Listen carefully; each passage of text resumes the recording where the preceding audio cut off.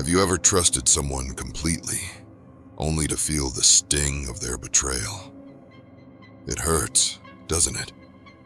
What if I told you that, according to philosopher Jean-Paul Sartre, this disappointment is not just possible, it's inevitable? Stick around to uncover why and how you can still find meaning in relationships. Today, we're diving into Sartre's chilling idea of existential betrayal, straight from his play No Exit.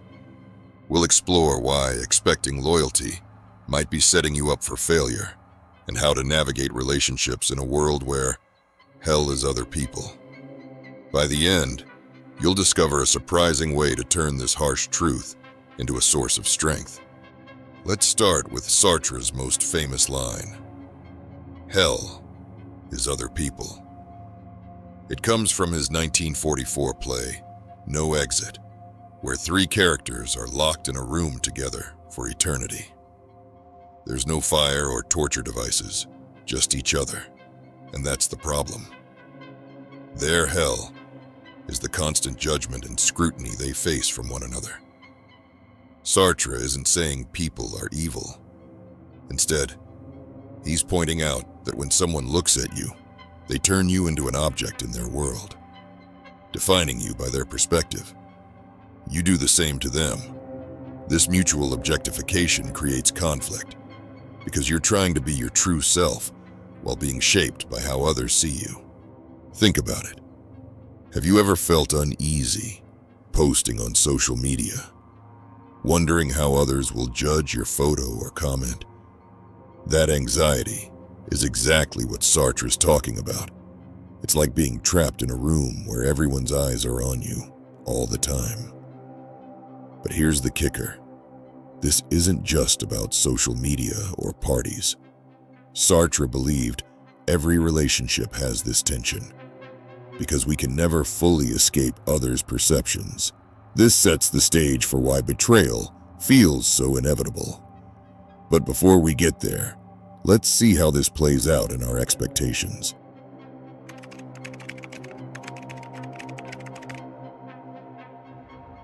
So, why does Sartre think expecting loyalty from others is a recipe for disappointment? It comes down to his idea of radical freedom. In Sartre's philosophy, every person is free to choose their actions at any moment. No one is locked into being your loyal friend, partner, or ally forever. Imagine you have a best friend. You've shared everything with them for years, and you expect them to always have your back. But one day, they decide to move across the country without telling you, and your friendship fades. You feel betrayed, right? Sartre would say this isn't surprising. Your friend is exercising their freedom to choose their path, and expecting them to prioritize you forever denies that freedom. Here's where it gets deeper. When you demand loyalty, you're often looking for someone else to give your life meaning or stability. Sartre calls this a mistake. Only you can create your own purpose. No one else can do it for you. So, when people let you down, it's not just their choice. It's also because you've placed an impossible burden on them. Have you ever felt let down by someone you trusted? Ask yourself, were your expectations realistic, or were you hoping they'd fill a void only you can fill? This realization is tough, but it's also liberating.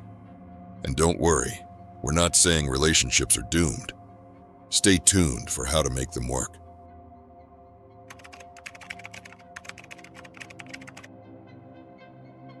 Now, you might be thinking, if everyone's going to disappoint me, why bother with relationships at all? Sartre doesn't say to avoid them. In fact, he sees others as essential to our existence. The trick is to approach relationships differently, accepting that disappointment is part of the deal. Instead of seeking validation or eternal loyalty, focus on what relationships offer in the moment. Connection, growth, shared experiences. For example, enjoy a deep conversation with a friend without worrying if they'll be in your life forever. appreciate a romantic moment without demanding it lasts eternally. This is especially relevant today, when loneliness can feel overwhelming. Picture this. You've shared something personal with a friend, something you don't tell just anyone. Then one day, you're scrolling through your phone and there it is, a group chat or a vague social media post where they've shared it with others, maybe even mocked it. Your stomach drops.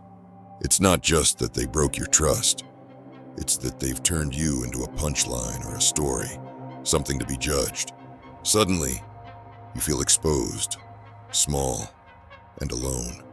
This kind of betrayal stings because it's exactly what Sartre warned about. Others reducing you to an object in their world, defining you by their gaze. But here's the thing. While you can't control their actions, you can control how you respond. Instead of letting it shatter you, use it to strengthen your sense of self. Remind yourself that your worth isn't tied to their judgment or approval. By doing this, you're not avoiding disappointment. You're growing through it. More importantly, don't let this stop you from connecting. Use it to be more authentic, more present, and more true to yourself in every relationship. Knowing that betrayal might come, but it doesn't define you. By embracing this mindset, you can find purpose in relationships, not by dodging disappointment, but by growing through it. It's about being authentic, present, and true to yourself, no matter what others do. So, Sartre teaches us that hell is other people, because their judgments and freedom make betrayal almost inevitable. But by accepting this, you can engage with others more authentically, finding meaning in the moment, rather than in unrealistic expectations.